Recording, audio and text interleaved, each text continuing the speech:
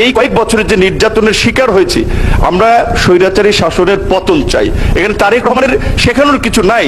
আপনারা অযথা জানেন, এগুলো আপনারা ঘটাইছেন, গোয়েন্দা সংস্থা এগুলো আন্দোলনকে করেনি। কেন প্রেশার ক্রিয়েট করতেছে, এটা কোন ওনাদের কাছে আছে। এবং জেলখানায় আমিনুল হক ভাই, জহিউদ্দিন স্বপন ভাই, শিমুল বিশ্বাস ভাই, রিজভী ভাই তো ছিলেন। তারা দেখেছে যে আমার উপরে কি টর্চার করেছে। কেন আমি বিশেষ করে একটা ভিডিও 2024 আমার বাসা থেকে অ্যারেস্ট করেছিল, সে সময় বলেছে আপনি রাজনীতি করেন কেন বিএনপির সাথে করেন। তো আমরা বলেছিলাম যে আমরা বিএনপির জন্য আন্দোলন করি নাই। বিএনপি যে বাংলাদেশের মানুষের স্বার্থে দাঁড়িয়েছিল, রাষ্ট্রকে বিশেষ করে আমাদের প্রয়াত সাবেক প্রধানমন্ত্রী বেগম খালেদা জিয়া 2017 সালে 31 দফায় সংস্কারের আলাপটা যখন সামনে এনেছিলেন, দ্বিকক্ষ বিশিষ্ট সংসদ, প্রধানমন্ত্রী রাষ্ট্রপতি ক্ষমতার ভারসাম্য, এটা 2030-এর ভিশনে দেশনেত্রী বেগম খালেদা জিয়া লা মেরিডিয়ানের প্রোগ্রামে এটা বলে গিয়েছিলেন। এবং বিএনপি সর্বশেষ যে এক্সটেন্ডেড ওয়েতে সব দলের সাথে মহাসচিবের নেতৃত্বে সব পার্টি অফিসে গেল, সব দলের সবার মতামত শুনে শেষ পর্যন্ত সেটাকে 31 দফায় পরিণত করলো। রাষ্ট্র সংস্কার কিংবা সংস্কারের আলাপটা প্রথমে বিএনপি এবং তার মিত্ররাই সবার সামনে নিয়ে এসেছে। কাজে আজকে সংস্কারের প্রশ্নে বিএনপিকে যেভাবে নেগেটিভ ভাবে তুলে ধরা হচ্ছে সরকারকে, এটা সঠিক নয়। আজকে আমরা প্রথম সংবিধান সংশোধন কমিটির মাননীয় প্রধানমন্ত্রী এই জুলাই স্বাক্ষরিত জুলাই সনদ জাতীয় সংসদ ভবনের দক্ষিণ প্লাজায় যেটি হয়েছে সেটির আপনার বাস্তবায়নের জন্য যে সংবিধান সংশোধন কমিটি করে দিয়েছেন, আজকে তার প্রথম মিটিং ছিল। এইখানে আমাদেরকে 15 অ্যামেন্ডমেন্ট সংবিধান জুলাই সনদের একটা কপি দেওয়া হয়েছে। ওই জুলাই সনদে আপনারা দেখবেন লেখাই আছে কিন্তু এই বিষয়গুলোতে এতটি রাজনৈতিক দল নোট অফ ডিসেন্ট বা আপত্তি দিয়েছে। তারা জনগণের ম্যান্ডেট নিয়ে যদি সরকার গঠন করে তারা তাদের এজেন্ডা বাস্তবায়ন করবে। তাহলে বিএনপি যে এই বিষয়ে নোট অফ ডিসেন্ট দিয়েছে, সেটা বিএনপি পিপল ম্যান্ডেট পেয়েছে, সে বাস্তবায়ন করবে। কিন্তু এইটাকে নিয়ে যে এই অল্প সময়ে এত একটা নোংরা রাজনীতি করা হবে, এটা আমাদের কল্পনার বাইরে ছিল। আজকে আমাদের বিরোধী দলের বন্ধুরা যেটা করছে, বিএনপি জামাত এনসিপি, রাজনীতির ইস্যু নাই, কারণ মানুষটা এখন আন্দোলন সংগ্রামে নাই। মানুষ দেখতেছে যে একজন প্রধানমন্ত্রী, তাকে সাধারণ মানুষ বলছে যে না, তার নিরাপত্তার একটু বাড়ানো দরকার। তিনি ট্রাফিক সিগন্যালে দাঁড়িয়ে আছেন, তিনি আপনার পত্রিকার পাতা দেখে সাধারণ ছাত্র কিংবা কোথাকার তরুণরা কোথায় গাছ লাগাচ্ছে তাদের খোঁজ নিচ্ছেন, তাদেরকে ডেকে এনকারেজ করতেছেন, দেশকে একটা পজিটিভ পরিবর্তনের দিকে নিয়ে যাচ্ছেন। সেখানে এখন একটা আর্টিফিশিয়াল ইস্যু ক্রিয়েট করা হচ্ছে। সর্বশেষ আমি শুধু সবাইকে সতর্ক করে একটা কথা বলতে চাই, যেহেতু 2018 থেকে এই 26-এর নির্বাচন পর্যন্ত আমরা আন্দোলন সংগ্রাম করেছি, আমি দেখেছি বাইরের ইন্টেলিজেন্স অনেকে আমার সাথেও যোগাযোগ করেছিল, তাদের বিভিন্ন ফর্মুলায় সরকার পতন কিংবা বিভিন্ন কর্মকাণ্ডে। কিন্তু আমি আমার জায়গায় স্টেট ছিলাম, যেই কারণে তৎকালীন গোয়েন্দা সংস্থাও আমার বিরুদ্ধে কিছু পায় নাই যে আমি কোনো ফরেন এন্টিটির টুল হিসেবে কাজ করতেছি। কিন্তু আমাদের তরুণ বন্ধুরা এই আন্দোলনের শেষ দিকে বিদেশিদের আশ্রয় ছিল এবং এখনো তারা তাদের এজেন্ডা বাস্তবায়ন করার জন্য একটা স্থিতিশীল পরিবেশ নষ্ট করার জন্য এই যে হবিগঞ্জ, এই যে ক্যাম্পাস, এই ইস্যু হয়তো ক্রিয়েট করার চেষ্টা করবে। এবং এই ছোটখাটো ইস্যুকে কেন্দ্র করে ভবিষ্যতেও সরকারকে এই রকমের ইস্যুকে কেন্দ্র করে সোশ্যাল মুভমেন্ট ফেস করতে হতে পারে। সুতরাং এই বিষয়ে সরকারের ইন্টেলিজেন্স এবং আজকের এই যেভাবে রাজনৈতিক দল হিসেবে বিএনপির যে তার মিত্রদেরকে নিয়ে আজকের এই ঐতিহাসিক স্মরণ সভা আয়োজন করেছে, ঠিক তেমনি ভাবে আগামীর সংকটগুলো মোকাবেলা করবে, আমি এটা বিশ্বাস করি। সভাপতি, বিএনপির মহাসচিব, আমাদের সবার শ্রদ্ধেয় মন্ত্রী মির্জা ফখরুল ইসলাম আলমগীর সাহেব এবং আমাদের এই অনুষ্ঠানের প্রধান অতিথি 18 কোটি মানুষের হৃদয় প্রধানমন্ত্রী জনাব তারেক রহমান সাহেব সহ আমার মঞ্চে উপস্থিত আমার সহযোদ্ধারা এবং সামনে উপস্থিত যারা, সবাইকে আসসালামু আলাইকুম। আমি বক্তৃতা একদমই বড় করব না, আমি শুধু কথা বলি যে আজকে 4 তারিখ, আমার কাছে এই 4 তারিখটা অগস্ট মাসের অনেক বেশি গুরুত্বপূর্ণ, কারণ আজ থেকে 2 বছর আগে ঠিক এই 4 তারিখেই আওয়ামী লীগ তার পলিটিক্যাল আইসিইউতে ঢুকে গেছিল, আপনারা যদি মনে রাখেন। আইসিইউর কথা আমি এই জন্য বলছি, আইসিইউ এমন একটা জায়গা যেখানে আপনি যখন ঢুকে যান, কোনো রোগী যখন মুমূর্ষু অবস্থায় আইসিইউতে ঢুকে যায়, তখন সবার আগে তার নিকট আত্মীয় স্বজনদের টেলিফোন নাম্বার রাখা হয়, যে কোনো অ্যাক্সিডেন্ট হয়ে গেলে তাকে জানি দিয়ে দেওয়া যায়। সেই মৃতপ্রায় আওয়ামী লীগের সেই অ্যাড্রেসে লেখা ছিল ভারতের নাম্বার, সেখানে তারা চলে গিয়েছিল, তারপরের দিনই আপনাদের সবাই আছে। আওয়ামী লীগের কথা মনে রাখতে হবে, জামাত ইসলামী অন্যদের কথা বলতে বলতে আমরা জানি আসল ভিলেনের কথা ভুলে না যাই, যারা বাংলাদেশের সিস্টেমকে আপডেট করেছে, যারা 17 বছর আমাদের ঘুমাতে দেয় নাই, যাদের অত্যাচারে এই জুলাই এসেছে। জুলাই নিয়ে আমি একটা কথা বলবো, আমরা অনেকেই বলেছি জুলাই যোদ্ধা জুলাই যোদ্ধা। আমি আসলে পার্লামেন্টে এই নিয়ে অনেক কথা বলেছি, আপনারা দেখেছেন। মানে আমি এতটুকু বলি, ওনারা তো জুলাই বিক্রি করতে হবে, বিকজ জুলাই ছাড়া আমরা এখানে যারা বসা আমাদের সবার পরিচয় আছে, কিন্তু জুলাই ছাড়া তো তাদের কোনো পরিচয় নাই। জুলাই আমরা এখানে 17 বছর আমরা এখানে যারা বসে আমাদের কোনো না কোনো রাজনৈতিক পরিচয় আছে, কিন্তু জুলাই ছাড়া তো তাদের কোনো কেউ নাই। জুলাই ছাড়া তাদের কিছু চিনে না তাদের বাংলাদেশে। জুলাই বিক্রি করেই তো যাদের একটা কমিশন একটা মেম্বার হওয়ার যোগ্যতা ছিল না, তারা ওই উপদেষ্টা হয়েছিল সেখানে। সুতরাং জুলাই তো রাখতেই হবে। আমরা বলি না যে ক্রিকেট খেলার এক উদাহরণ বলে দিল, আমি তাদের পার্লামেন্টে বলেছিলাম যে 6 বলে হয়তো 12 রান তারা করেছে, কিন্তু বাকি 300 রান তো আমরা করেছি। সুতরাং জুলাই ব্যাপারটা তারা বিক্রি করবে, তারা বিক্রি করে এই আন্দোলনকে ছোট করবে। যেমন প্রত্যেকটা বক্তা বলে গেলেন যে 17 বছরের আন্দোলন এটা, 17 বছরের আকাঙ্ক্ষা এটা, 17 বছরের আওয়ামী লীগের যে অত্যাচার, সেই অভিশাপ, সেই লক্ষ মায়ের কান্না, সেটা সে রক্ত, সেই সবকিছু, এটা আসলে 1 মিনিটের বক্তব্য দিয়ে শেষ করা সম্ভব না। দ্বিতীয় কথা আসে জামাত ইসলামী নিয়ে। জামাত ইসলামী সবচেয়ে একটা বড় ব্যাপার, হ্যাঁ এটা মানতে হবে যে কোনো না কোনো কারণে জামাত ইসলামী গুপ্ত থাকার কারণে একটা জেনারেশনের একটা দুর্বলতা কিন্তু দাঁড়িয়েছিল জামাতের মধ্যে। এবং আমরাও বলতাম জামাত খুব ভালো, জামাত খুব সাংগঠনিক, জামাত খুব এই সেই, কিন্তু এই কারণে হয়তো ভোটেও একটা জেনারেশন জামাতের উপরে রিলাই করেছিল।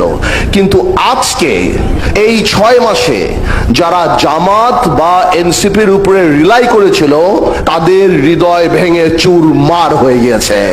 কারণ তারা সংসদে দেখতে পাচ্ছে জামাত ইসলামী কনস্ট্রাকটিভ রাজনীতি করে না এবং করার যোগ্যতাও নাই। যেখানে আমাদের মাননীয় প্রধানমন্ত্রী সম্পূর্ণ পজিটিভ রাজনীতি করার চেষ্টা করছে সেই পার্লামেন্টে, সেখানে জামাত ইসলামী সেই বস্তা পচা রাজনীতি মাঠে করছে এবং পার্লামেন্টে ভালো রাজনীতি করার নাটক করছে, যেটা যে জাতি দেখে যাচ্ছে। এবং আপনি দেখুন না, পার্লামেন্টে তারা বলেছিল না শ্যাডো পার্লামেন্ট বানাবে, শ্যাডো ক্যাবিনেট বানাবে। আমরা যত সুন্দর বাংলাদেশ ইতিহাসের সবচেয়ে ভালো বাজেট দিয়েছি, একটা কনস্ট্রাকটিভ ক্রিটিসিজম কিন্তু তারা করতে পারে নাই। তারা দাঁড়িয়ে এসি চায়, ওয়াশিং মেশিন চায়, তাদের ব্যক্তিত্ব জিনিসপত্র যা যা দরকার সেই জিনিসগুলি চায়। ভাইয়ের আমার কথা আমি পারবো না, আমি খালি এতটুকু বলছি, আমাদের একটা জিনিস মাথায় রাখতে হবে, আমাদের মাননীয় প্রধানমন্ত্রী সহ যারাই বললেন যে উস্কানিতে পড়া যাবে না, তবে এটাও তো বাস্তব যে গণতন্ত্র আর সামাজিক রীতিনীতির এর মধ্যে একটা সিম লাইন আছে। এবং যেখানেই সামাজিক রীতিনীতি, স্পেশালি ঢাকাতে যে টলারেন্স লেভেল মানুষের, এই ইঞ্জিনিয়ারিং ইনস্টিটিউটে যে টলারেন্স লেভেল মানুষের, আমার ভোলাতে, আমার গ্রামে বা বগুড়ায় না, বগুড়াতে আপনাকে অপমান করে ফিরে আসা অনেক কঠিন ব্যাপার মাননীয় প্রধানমন্ত্রী, এটা সহজ না। এই কালচার পরিবর্তন করলে সবার মিলেই পরিবর্তন হবে। আজকে তারা যে কালচারে চলে যাচ্ছে, এটাতে আমাদের সামাজিক অ্যাওয়ারনেস বাড়াতে হবে যাতে রাজনীতিতে এই কালচার থেকে তারা ফেরত আসে। কারণ বাংলাদেশে এই গালিগালাজের কালচার আমরা রাজনীতিতে আগে কোনোদিন দেখি নাই। আমি আপনাদের সবাইকে ধন্যবাদ জানাচ্ছি এবং শুভেচ্ছা জানাচ্ছি যে এই গণতন্ত্রের অর্জন আমাদের সবারই অর্জন, আমরা সবাইকে নিয়ে করতে চাই এবং এটা বিক্রি করে আমরা আগামীতে চলতে চাই না। বরং আমার এক ভাই যে বলে গেল, এই আকাঙ্ক্ষাকে আমরা জীবিত রাখতে চাই এবং আমরা প্রমাণ করতে চাই যে এই শহীদ রাষ্ট্রপতি জিয়াউর রহমানের পাশে থেকে বাংলাদেশ ঠকেনি, আমার দেশ নেত্রী খালেদা জিয়ার পাশে থেকে বাংলাদেশ ঠকেনি, আমার প্রধানমন্ত্রী তারেক রহমানের পাশে থেকেও বাংলাদেশের জনগণ ইনশাল্লাহ বাংলাদেশ করবে না।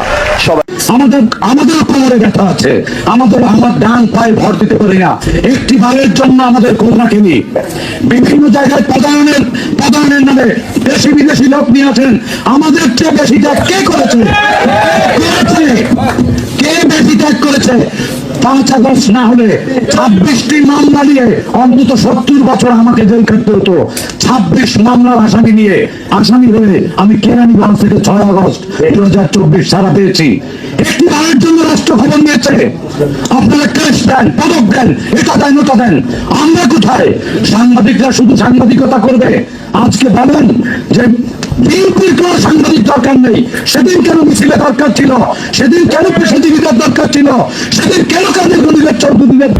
Lily Whipped Shea Mystic Glowing Body Wash. Secret to ultimate glow. July গণঅভ্যুত্থানের দ্বিতীয় বর্ষপূর্তি অনেক আলোচনা সিনিয়র নেতৃবৃন্দ ইতিমধ্যেই করে ফেলেছেন, আর যারা আছেন তারা করবেন। আমি ছোট্ট করে একটু বলতে চাই, সেটি হচ্ছে প্রাপ্তি যোগ। জুলাইয়ের একটা উদ্দেশ্য ছিল, জুলাইয়ের একটা আকাঙ্ক্ষা ছিল, সেই আকাঙ্ক্ষা এবং প্রাপ্তি বিএনপি মহাসচিব গত দুদিন একটু অনুগ্রহপূর্বক একটু শান্ত থাকুন প্লিজ, একটু প্লিজ ভাই। বিএনপি মহাসচিব স্থানীয় সরকার মন্ত্রী গত দুদিন আগে একটি বক্তৃতায় কথা বলেছেন যে কিচ্ছুই বদলায়নি। আমি ওনার সাথে শতভাগ সহমত। শুধুমাত্র জামা বদলেছে, চরিত্র একটু বদলায়নি আমাদের। একটু আগে আব্দুল হাই শিকদার ভাই বলেছেন এই সাংবাদিক সমাজ 4000 দিন পেশাজীবীদের সাথে নিয়ে রাজপথে আন্দোলন করেছে। আজকে ডায়াসে বসার জায়গা নেই, আজকে মিলনায়তনের মধ্যে কানায় কানায় পরিপূর্ণ। সেই দিন ব্যানার ধরার লোক আমরা পাইনি। অনেকে গ্রেফতারের ভয়ে বাড়িতে পালিয়েছিলেন, অনেকে স্বীকার করেননি তিনি সাংবাদিকতা করেন বা সাংবাদিক ইউনিয়নের নেতা। আজকে ডায়াসে বসার জায়গা পাই না। আজকে অনেক নিয়োগ দেখছে এখানে নতুন কাদের গনি চৌধুরী, শহীদুল ইসলাম। মাননীয় মহাসচিব 2014 সালে যে রাতে অবরুদ্ধ ছিলেন এইখানে, আমরা সারা রাত পাহারা দিয়েছি পেশাগত দায়িত্ব পালনের পাশাপাশি। সেই দিনগুলোর কথা ভুলি নাই। তখন 10-15 জন ছিল।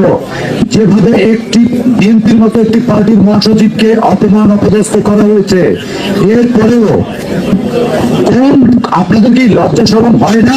এখন আবার বিএনপির হাইব্রিড শাস্তি আসেন। কোথায় ছিলেন তখন? কিন্তু জুলাই গণঅভ্যুত্থান পরবর্তী সময় আমি আর 30 সেকেন্ড কথা বলবো, ক্ষমা চেয়ে নিচ্ছি। জুলাই গণঅভ্যুত্থান পরবর্তী সময়ে আপনারা পেলেন পতাকা, আপনারা পেলেন জাতীয় সংসদ, আপনারা নেন ফ্ল্যাগ পেলেন, আপনারা মন্ত্রীর বাসভবন পেলেন। আমরা যারা 4500 দিন রাজপথে আন্দোলন করেছি, আমাদের মাইক কেড়ে নেওয়া হয়েছিল, আমরা খালি গলায় বক্তৃতা করেছি। এখানে কাদের গনি চৌধুরী আছে, পকেটের পয়সা খরচ করে আমরা প্রেস ক্লাবের ক্যান্টিনে খাইয়েছি। ছাত্র দলের হাজার ছেলে মেয়েকে আমরা এখানে আশ্রয় দিয়েছি, খাইয়েছি। আজকে প্রধানের বেলায় গণপ্রজাতন্ত্রী বিদেশি সরকার বানান। সাংবাদিকরা কোথায় কাদের গনি চৌধুরী? কেন আজ রাজপথে নাহিদরা? কেন আমরা কোথাও নেই? সরকার কি শুধু আপনাদের? আমরা রয়েছি। আজকে আমরা বেকার, আজকে নাহিদরা বেকার। কেন বেকার? এই প্রশ্নের জবাব আমাদের সরকারকে দিতে হবে। আমি কোন ফেরত মানুষ, কবজি থেকে আজও যায়নি হ্যান্ডকাপের দাগ, আমার ডান পাতা ফ্রোজেন। আমি দেখতে পুরুষ, আমার পুরুষত্ব কেড়ে নিয়েছে ওই হাসিনা। রাষ্ট্র খবর নিয়েছে একটিবার ঢাকা সাংবাদিক ইউনিয়ন, ফেডারেল সাংবাদিক ইউনিয়নের নেতাদের সাথে সরকারের শীর্ষ পর্যায়ে বসেছে। আমাদেরও তো ব্যথা আছে, আমাদেরও কোমরে ব্যথা আছে, আমার ডান পায়ে ভর দিতে পারি না। একটিবারের জন্য আমাদের খোঁজ রাখেনি। বিভিন্ন জায়গায় পদায়নের নামে দেশি বিদেশি লোক নিয়ে আছেন। আমাদের চেয়ে বেশি ত্যাগ কে করেছে? কে বেশি ত্যাগ করেছে? 5 আগস্ট না হলে 26টি মামলা নিয়ে অন্তত 70 বছর আমাকে জেল কাটতে হতো। 26 মামলার আসামি হয়ে আমি কেরানীগঞ্জ থেকে 6 আগস্ট 2024 ছাড়া পেয়েছি। একটি বারের জন্য রাষ্ট্র খবর নিয়েছে, আপনারা কেস দেন, পদক দেন, এটা দেন ওটা দেন, আমরা কোথায়? সাংবাদিকরা শুধু সাংবাদিকতা করবে। আজকে বলেন যে বিএনপির কোন সাংবাদিক দরকার নেই, সেদিন কেন মিছিলে দরকার ছিল, সেদিন কেন পেশাজীবীদের দরকার ছিল, সেদিন কেন কাদের গরিবের চৌধুরীদের দরকার ছিল, সেদিন কেন আমাদের দরকার ছিল? যদি সেটি দরকার হয় তাহলে কড়াই ঘন্টায় যতদিন আপনারা সরকার চালাবেন ততদিন আমাদেরও জীবনের নিরাপত্তা কর্মের নিরাপত্তা এবং আমাদের সন্তানদের নিরাপত্তা এবং স্বাধীনভাবে বেঁচে থাকার দায়িত্ব আপনাদের নিতে হবে। না হয় ইতিহাসের কাঠগড়ায় আপনারা দায়ী থাকবেন এবং আমরা এই দায় আপনাদের মোচন হতে দেব না, আমরাও জবাব নেব। আমার কথায় কেউ আহত হলে আমি ক্ষমা চেয়ে নিচ্ছি। এখানে শুধুমাত্র আমার কথা আমি বলিনি, অনেকেরই বক্তব্য একই। সবার পক্ষ থেকে বললাম, মাননীয় মহাসচিব ক্ষমা করবেন, সে রাতে আমি অবরুদ্ধ ছিলাম আপনার সাথে সারা রাত। সকালবেলা যখন আপনাকে তুলে নিয়ে যায়, যখন হায়নার মতো আপনার উপরে হামলে পড়ে, তখন আমরা পিঠ পেতে দিয়েছিলাম। সেই স্বীকৃতিটুকু আমরা পাইনি, আজও পাইনি। আমার ডান হাতের এই ভেন্টি কাটা, হ্যান্ডকাপের চাপে 5.5 ঘন্টা ঝুলিয়ে পিটিয়েছে। কোমরের ব্যথা, ডান পায়ে ভর দিয়ে হাঁটতে পারি না। আপনারা তো মন্ত্রী হলেন, সরকার হলেন, আপনারা পেলেন ছাদ, আমরা পেলাম গাছতলা। আমরা আজও প্রেস ক্লাবের গাছতলায় আছি। সকলকে ধন্যবাদ। বাংলাদেশ জিন্দাবাদ। স্বাধীনতার জন্য লড়েছি, গণতন্ত্রের জন্য মরেছি, আবারও লড়বো, আবারও মরবো, তবুও যদি আপনাদের শিক্ষা হয়। আল্লাহ হাফেজ।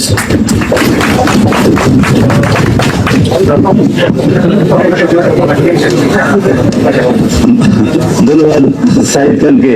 এই পর্যায়ে সংক্ষিপ্ত আকারে কিছু বলার জন্য অনুরোধ করছি ঢাকা সাংবাদিক ইউনিয়নের যুগ্ম সম্পাদক দিদারুল আলম।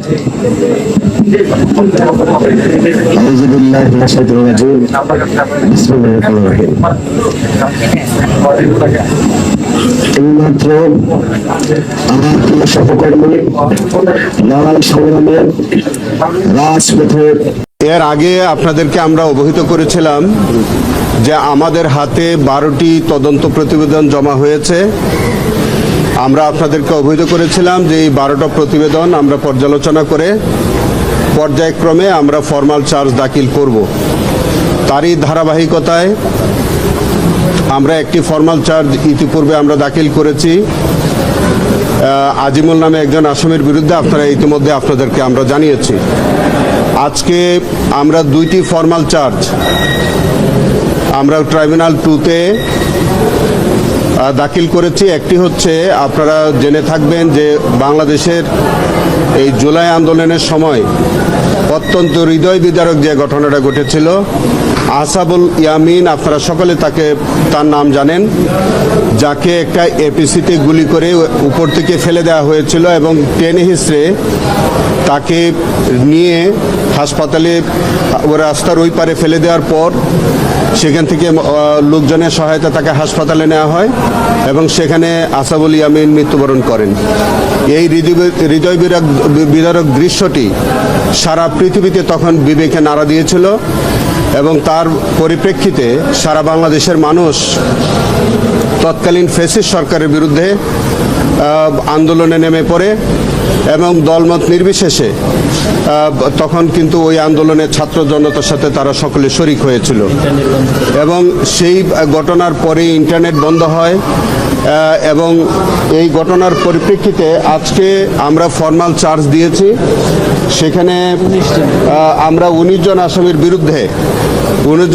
বিরুদ্ধে ফরমাল চার্জ দিয়েছি। আমি নামগুলি আপনাদের অবগতির জন্য বলি: আব্দুল্লাহ হেল কাফি, সাইফুল ইসলাম, নুরুল ইসলাম, আসাদুজ্জামান রিপন, শহীদুল ইসলাম শাহজামান, এম সায়েদ রনি, মোহাম্মদ আলী, সোহেল মিয়া, মাহফুজ মিয়া, মঞ্জুরুল আলম রাজীব, আতিকুর রহমান আতিক, ফখরুল আলম সমর, মেহেদি হাসান তুষার, রাজু আহমেদ ফরিদ, জামান খান, মিজানুর রহমান ওরফে জিএস মিজান, শরীফুল আশরাফুল আলম বাবুল, এই 19 জনের বিরুদ্ধে আমরা আমাদের ইনভেস্টিগেশন এজেন্সি তাদের বিরুদ্ধে প্রাথমিক অভিযোগ পাওয়ার পর আমার কাছে রিপোর্ট দাখিল করে এবং সেই অনুযায়ী আমি তাদের বিরুদ্ধে আমি নিজে বাদী হয়ে আজকে ফরমাল চার্জ দাখিল করলাম। মাননীয় ট্রাইব্যুনাল এই ভিডিও ফুটেজটি তারা দেখেছেন এবং অত্যন্ত আবেগ আপ্লুত হয়ে তারা এই ভিডিও ফুটেজটি দেখেছেন এবং এই আসামিদের বিরুদ্ধে ট্রাইব্যুনাল অভিযোগ আমলে নিয়েছেন এবং আমাদের প্রেয়ার অনুযায়ী যারা ইতিমধ্যে গ্রেফতার আছে তাদেরকে এই মামলায় সনিরেস্ট করেছেন, যারা পলাতক আছে তাদের বিরুদ্ধে গ্রেফতারি পরোয়ানা দিয়েছেন এবং আগামী 25/8 26 তারিখে এটি পরবর্তী এই প্রতিবেদন মানে এক্সিকিউশন রিপোর্টের জন্য দিন ধার্য করেছেন। এই হচ্ছে আমাদের আসাবুল ইয়ামিন ইয়ের ব্যাপার। আরও একটা হৃদয় বিদারক ঘটনা যেটা সারা দুনিয়ার মানুষ জানে, আপনারাও জানেন, এবং সেটি হচ্ছে যে কক্সবাজারে কাউন্সিলর একরাম, বহুল প্রতীক্ষিত এই ঘটনাটা, যে ঘটনাটা 2018 সালে 26শে মে রাতে এই হৃদয় বিদারক ঘটনাটি ঘটেছিল। যে আপনারা জানেন তৎকালীন ফ্যাসিস্ট সরকার তারা যে মতের মানুষই হোক না কেন, যখনই তাদের মতের বিরুদ্ধে আচরণ করত তখনই তাদেরকে বিভিন্ন ট্যাগ দিয়ে তাদেরকে টার্গেট করে অপহরণ করা হতো, পরবর্তীতে তাদেরকে কাউকে আয়নাঘরে বন্দি করা হতো অথবা কাউকে ক্রসফায়ারের নামে হত্যা করা হতো। এরকম একটি ঘটনা হচ্ছে আমাদের তৎকালীন কাউন্সিলর একরাম হত্যা মামলা, যেখানে একরামের মোবাইল ফোনটা সুইচ অন ছিল এবং সেই সুইচ অনটা থাকা অবস্থায় তার মেয়েরা এবং তার স্ত্রী এই হত্যাকাণ্ডের এই যে মানে ফায়ারিংয়ের আওয়াজ, তারপরে একরামের যে কথোপকথন, এগুলো সব শুনতে পাচ্ছিল এবং সেটি আমাদের তখনকার কালের কণ্ঠ পত্রিকা একটা নিউজও করেছিল।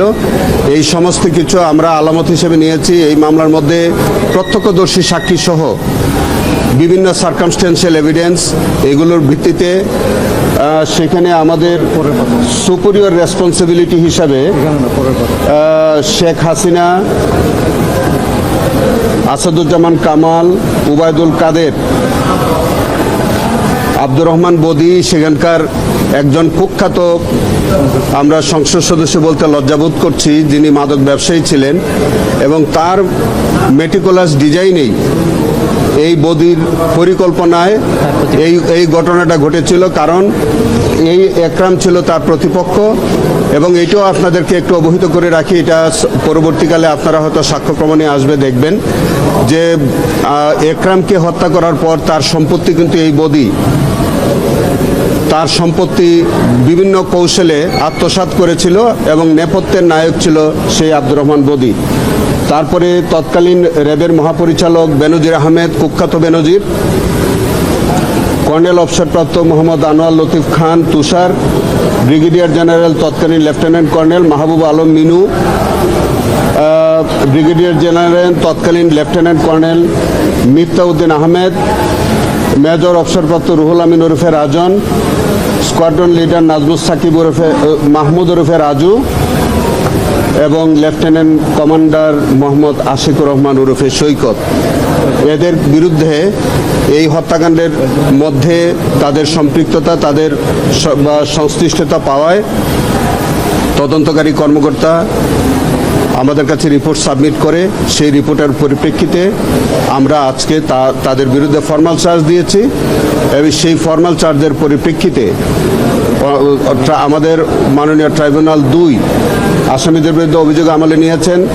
সেখানে বেশ কয়েকজন আসামি গ্রেফতার ইতিমধ্যে আছে, তাদেরকে শোন অ্যারেস্ট করা হয়েছে এবং যারা পলাতক আছে তাদের বিরুদ্ধে গ্রেফতারি পরোয়ানা দেওয়া হয়েছে। সেই মামলাটিও আগামী 25 আর 26 তারিখে আপনার পরবর্তী কার্যক্রমের জন্য দিন ধার্য করা হয়েছে।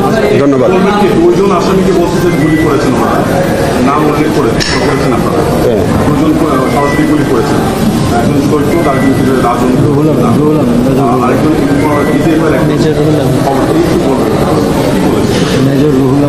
এইটা হচ্ছে মেজর অবসরপ্রাপ্ত রুহুল আমিন রাজন এবং আরেকজন হচ্ছে এই যে নাজমুস সাকিব, 1 মিনিট, আরেকজন হচ্ছে লেফটেন্যান্ট কমান্ডার আশিকুর রহমান সৈকত। তারা সরাসরি গুলি করেছে। আর মিফতাউদ্দিন সহ অন্যান্য যারা র্যাব কর্মকর্তারা তখন ওই জায়গায় তারা উপস্থিত ছিল এবং তাদের তত্ত্বাবধানে, তাদের পরিকল্পনায় ওখানে হত্যাকাণ্ডটা সংঘটিত হয়। শুধু তাই না, এই ঘটনার পরে তৎকালীন স্বরাষ্ট্রমন্ত্রী আসাদুজ্জামান কামাল এবং শেখ হাসিনা এই ঘটনাটা যাতে আর বাড়াবাড়ি না হয়, এটা যাতে এইটা নিয়ে যাতে কোনো রকমের তারা উচ্চবাচ্য না করে, সেই কারণে একরামের স্ত্রীকে শেখ হাসিনা ডেকে নিয়ে এসে তাকে বলেছিল যে এটা নিয়ে যাতে আর বাড়াবাড়ি না করে তাকে ক্ষতিপূরণ দেওয়া হবে। এবং উবাইদুল কাদের নিজে এই দায়িত্ব নিয়েছিল এবং উবাইদুল কাদের এই ঘটনার মধ্যে তার একটা স্বীকারোক্তি আছে। সেইগুলি সাক্ষীরা, বিশেষ করে আমাদের যে একরামের স্ত্রী, তার বক্তব্যের মধ্যে বিস্তারিত ঘটনা আসছে এবং তিনি বলেছেন যে উবাইদুল কাদের তাকে নিয়ে এসে শেখ হাসিনার সাথে সাক্ষাৎ করে দিয়েছে এবং এই ঘটনাটা ধামাচাপা দেওয়ার জন্য তাকে নির্দেশ দেওয়া হয়েছে। এই সমস্ত কিছু বিচার বিশ্লেষণ করে এবং এই সমস্ত ইনভেস্টিগেশনটা আমরা পর্যালোচনা করে যাদের বিরুদ্ধে আমাদের অভিযোগ প্রাইমারি ফেসি কেস পাওয়া গেছে তাদের বিরুদ্ধে অভিযোগ, ফর্মাল অভিযোগপত্র দাখিল করা হয়েছে। ট্রাইব্যুনাল একটা বিষয় বলেছেন অ্যালার্মিং, বিষয়টা একটু খুলে বলুন। না চেয়ারম্যান এইটা বলেছে যে আমাদের যে রাষ্ট্র কাঠামো, যে রাষ্ট্র ব্যবস্থায়, যে যদি আজকে দায়িত্বপ্রাপ্ত কর্মকর্তারা যদি এইরকম হত্যাকাণ্ডের সাথে, এরকম নরহত্যার সাথে যদি তারা জড়িয়ে যায় এবং যে নৃশংস হত্যাকাণ্ড, এরকম রাষ্ট্রের সর্বোচ্চ মানে একটা শৃঙ্খলা বাহিনীর পক্ষ থেকে যদি এরকম হত্যাকাণ্ডের ঘটনা ঘটে, তাহলে তো এইটি অত্যন্ত অ্যালার্মিং বলে আজকে ট্রাইব্যুনালের মাননীয় চেয়ারম্যান এটা তার শঙ্কা ব্যক্ত করেছেন। এটার অর্থ হচ্ছে যে আজকে আমরা কি রাষ্ট্র ব্যবস্থা কায়েম করা হয়েছিল, তৎকালীন ফ্যাসিস্ট সরকার এরকম একটা রাষ্ট্র ব্যবস্থা কায়েম করেছিল যে যেখানে মানুষ নিরাপদ আশ্রয়স্থল হিসেবে গণ্য হবে, যেখানে মানুষ তাদেরকে নিরাপত্তার কি বলে জানি শান্তির নীড় হিসেবে তারা দেখবে, যেখানে আশ্রয় নিবে, কিন্তু তারাই কিন্তু তাদেরকে নির্বিচারে হত্যা করার মতো তারা ভূমিকা পালন করেছে। এইটাই বলেছে, এটা অত্যন্ত অ্যালার্মিং। হ্যাঁ, কেউ কি ইন সার্ভিস আছেন কিনা আসামিদের? আচ্ছা, এইটা আমরা আপনাদের কাছে আসি, আমরা একজন, তার নামটা আমরা এখন আর প্রকাশ না করি, আপনারাও একটু আমাদেরকে সহযোগিতা করেন। একজন সার্ভিং আছে, তার বিরুদ্ধে গ্রেফতারি পরোয়ানা আমরা চেয়েছি, গ্রেফতারি পরোয়ানা মঞ্জুর হয়েছে। আমরা তাকে পরবর্তী আইনগত কার্যক্রমের স্বার্থে এইটা আপনাদের কাছ থেকে আমরা একটু গোপন রাখতে চাই, আপনারা একটু সহযোগিতা করেন। গুরুত্বপূর্ণ সাক্ষ্য দিয়েছেন, কি বলেছেন? আর আজকে মেজর সাজ্জাদ জিয়াউল হাসানের বিরুদ্ধে সাক্ষী দিয়েছে। তিনি বলেছেন অত্যন্ত মর্মস্পর্শী ঘটনা তিনি বর্ণনা করেছেন আজকে ট্রাইব্যুনাল একে। তিনি বলেছেন যে যেদিন তিনি র্যাব 3-তে উনি জয়েন করেছেন, সেই দিনই তাকে বলা হয়েছে যে আজকে একটু অপারেশনে যেতে হবে। সেই অপারেশনের নেতৃত্ব দেয় জিয়াউল হাসান, তৎকালীন ইন্টেলিজেন্স প্রধান। তিনি নেতৃত্ব দেন এবং সেখানে টঙ্গী আহসানুল্লাহ মাস্টার যে ব্রিজ, ফ্লাইওভার, সেখানে নিয়ে জিয়াউল হাসান নিজে একজন ভিকটিমকে গুলি করে তাকে নদীতে ফেলে দেয়। এর কিছুক্ষণ পরে আরও একজনকে টেনে হেঁচড়ে নিয়ে যায় এবং সেই যাকে টেনে হেঁচড়ে নিয়ে যায় তাকে আর পরবর্তীতে আর গাড়িতে ফেরত আনা হয় নাই। এরপরে আরও একজনকে একইভাবে গুলি করে হত্যা করে। তিনি পরবর্তীতে জানতে পেরেছেন যে ওই এক রাতে প্রায় 5 জন মানুষকে একই কায়দায় জিয়াউল হাসানের নেতৃত্বে হত্যা করা হয় এবং জিয়াউল হাসান নিজে গুলি করে হত্যা করে। এই ভয়াবহ বর্ণনা আজকে দিয়েছে এবং তার এই বর্ণনার সাথে আপনাদেরকে আরেকটু জানিয়ে রাখি, তার এই বর্ণনার সাথে আগে যে আমাদের যে ইমরুল কায়েস নামে একজন সাক্ষ্য দিয়েছে, তার সাক্ষীর বর্ণনার সাথে এই সাক্ষীর বর্ণনার কিন্তু মিল আছে। আমরা কোরবোরেশন পেয়েছি। আমরা এইটারও কোরবোরেশন পেয়েছি। ইকবাল করিম ভূঁইয়া, তৎকালীন সেনাপ্রধান, তিনি এই ট্রাইব্যুনালে এসে সাক্ষী দিয়েছেন জিয়াউল হাসানের বিরুদ্ধে যেসব ঘটনাবলী তিনি বলেছিলেন, তার আজকের এই সাক্ষী থেকে তার বক্তব্যের মধ্যেও কিন্তু আমরা কোরবোরেশন পেয়েছি। তো এইরকম নৃশংস বর্ণনার প্রেক্ষিতে আমরা মনে করি যে জিয়াউল হাসান তার পাপের বোঝা এত ভারী হয়েছে যে এখন আমরা শুধু আদালতের ন্যায় বিচারের অপেক্ষায় আছি। ধন্যবাদ আপনাদের সবাই। আচ্ছা, আশরাফ কায়সার সাহেব একজন রাজনৈতিক বিশ্লেষক, তিনি সরকার এবং রাজনীতি বিভাগের ছাত্র। তিনি নিজে একটা বই লিখেছেন যে স্বাধীনতার পর অর্থাৎ 71 সালের পরে বাংলাদেশে কিভাবে রাজনৈতিক হত্যাকাণ্ড সংঘটিত হয়েছে তার একটা গবেষণালব্ধ একটা রচনা আছে, যে বইটার নাম হচ্ছে 71-এর পর যে বাংলাদেশের যে রাজনৈতিক হত্যাকাণ্ড। সেই বইটি আজকে আদালতে তিনি সাক্ষী দিয়েছেন এবং এই বইটি আদালতে প্রদর্শন করেছেন, সাক্ষী হিসেবে আলামত হিসেবে প্রদর্শন করেছেন। তিনি তার আংশিক জবানবন্দিতে যে কথাগুলো বলেছেন যে 71 সালের পর থেকে যেভাবে তৎকালীন আওয়ামী লীগ তারা যে রক্ষী বাহিনী, কৃষক লীগ সহ বিভিন্ন রাষ্ট্রের পাশাপাশি অন্যান্য বাহিনী তৈরি করে, বিভিন্ন এলিট ফোর্স তৈরি করে কিভাবে মানুষের উপরে অত্যাচার নির্যাতন করেছে এবং সিরাজ শিকদারকে কিভাবে হত্যা করা হয়েছে, কিভাবে বাংলাদেশ আওয়ামী লীগকে বিলুপ্ত করে বাকশালের মতো একটা একদলীয় শাসন ব্যবস্থা কায়েম করেছে এবং কিভাবে তৎকালীন সময়ে মানুষের বাক স্বাধীনতাকে হরণ করা হয়েছে, এই সমস্ত বিষয়গুলো তিনি আজকে ট্রাইব্যুনাল 2-এ তিনি আংশিক সাক্ষীর সাক্ষ্য দিয়ে তিনি এইগুলো প্রকাশ করেছেন। তার সাক্ষী অবশিষ্ট আছে এবং তিনি, আমরা আশা করি যে তিনি তার যে রাজনৈতিক বিশ্লেষণ, তিনি তার যে গবেষণা, সেই গবেষণা লব্ধ এবং তার যে বইয়ের বিবরণ, এগুলি হয়তো তিনি আদালতে প্রকাশ করবেন। ধন্যবাদ।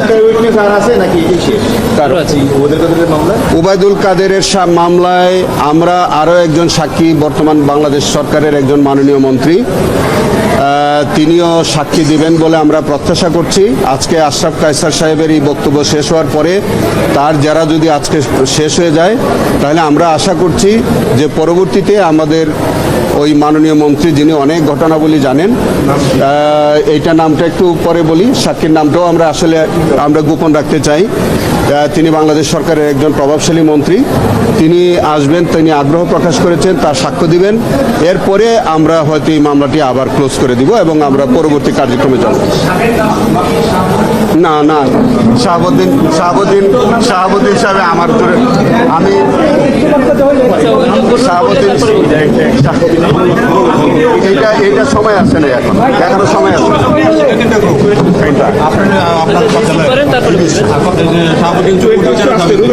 সেটা হোক, সেটা অন্য কথা।